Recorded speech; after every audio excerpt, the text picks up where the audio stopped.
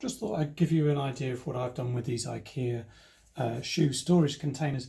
Now they are wall mountable, and what I've done here is mount them on this wall hanging so that there's space underneath for cables, and to put the router and the phone up higher.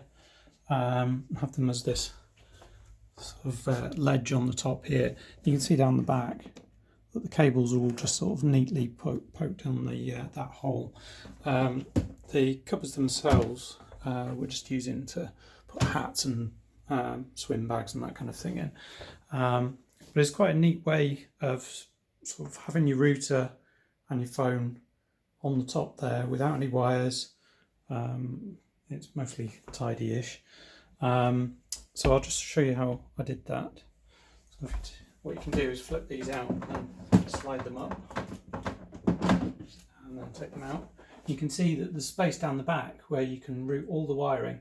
So you can kind of see I've taken the LAN cables and the phone line down through there.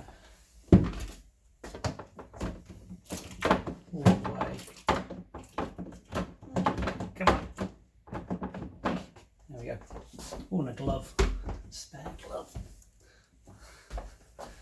And you can see down there with the power socket, that's where they got routed down to and out the bottom. And here you can see where I've bolted the two units together.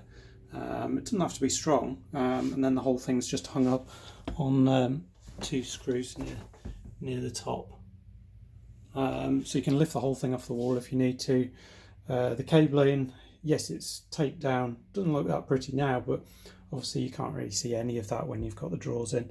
And the advantage there is if you need to change anything, you're swapping your phone out or the router, then the cables are all easy to get off, and then you just bang your new cables in with more tape. So yeah, that's it. Just a little idea, little hack of the IKEA shoe boxes. Maybe you want to try something similar. Let me know in the comments. Thanks a lot.